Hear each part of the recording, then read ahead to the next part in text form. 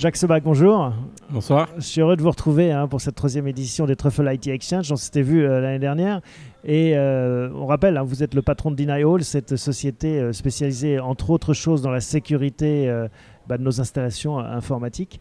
Vous avez de la chance, c'est un thème à la mode en ce moment. On parle beaucoup de Prism, cette affaire d'espionnage américaine sur tout un tas de pays. J'imagine que ça sensibilise beaucoup vos clients ou vos clients potentiels à ces questions d'espionnage. Absolument, vous avez tout à fait raison. Prism est un révélateur pour le grand public, mais également pour les entreprises qui pensaient que c'était quelque chose... Contre Al-Qaïda qui était visé, mais non, en fait... Voilà.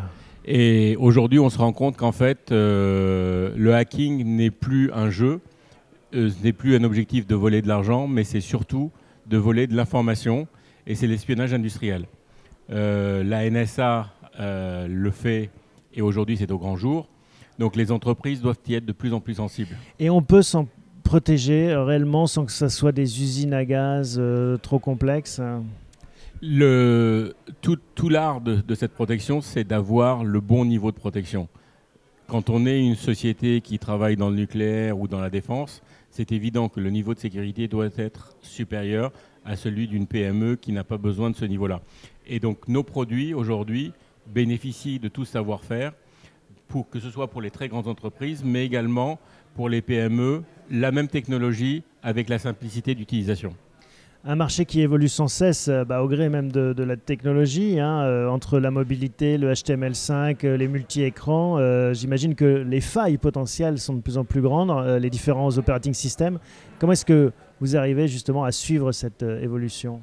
Les technologies évoluent effectivement, et chez Denial, on est persuadé que nos moteurs de sécurité qui existaient il y a quelques années sont aujourd'hui complètement vulnérables. Donc on continue à investir en permanence pour avoir des moteurs de sécurité adaptés aux nouvelles technologies.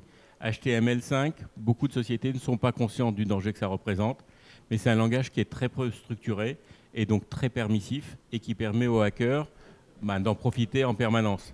C'est un très bon exemple. Et dans quelle mesure vous ne bridez pas la créativité justement des entreprises qui sont vos clients parce qu'en leur disant non, ça vaut mieux pas le faire ou ça faut pas l'utiliser et autres. Est-ce que ça, c'est pas aussi la limite de la sécurité ? Vous avez totalement raison, c'est-à-dire qu'aujourd'hui, on ne peut pas se permettre aujourd'hui de dire à une entreprise de ne pas utiliser ces technologies. Ce sont des technologies modernes qui apportent énormément d'avantages au end-user, au client final pour utiliser ces applications. Et c'est notre rôle d'apporter le bon niveau de protection qui va avec. Et donc c'est pour ça que nous investissons à peu près 25% de notre chiffre d'affaires en recherche et développement, ce qui est énorme par rapport au standard des entreprises qui est plutôt à 15-16, pour apporter ces solutions. Vous parliez de PME tout à l'heure. Notre objectif est aussi d'apporter nos solutions dans le cloud souverain français, pour protéger les PME qui ne peuvent pas se payer des solutions qu'elles vont gérer par elles-mêmes. Vos défis à 12 mois, quels sont-ils ? Nos défis à 12 mois, c'est continuer la croissance, mais surtout apporter des solutions innovantes, que ce soit aux grands comptes, aux PME, et c'est l'international. Nous avons ouvert un bureau à Singapour. Nous regardons le Brésil et la Chine bientôt.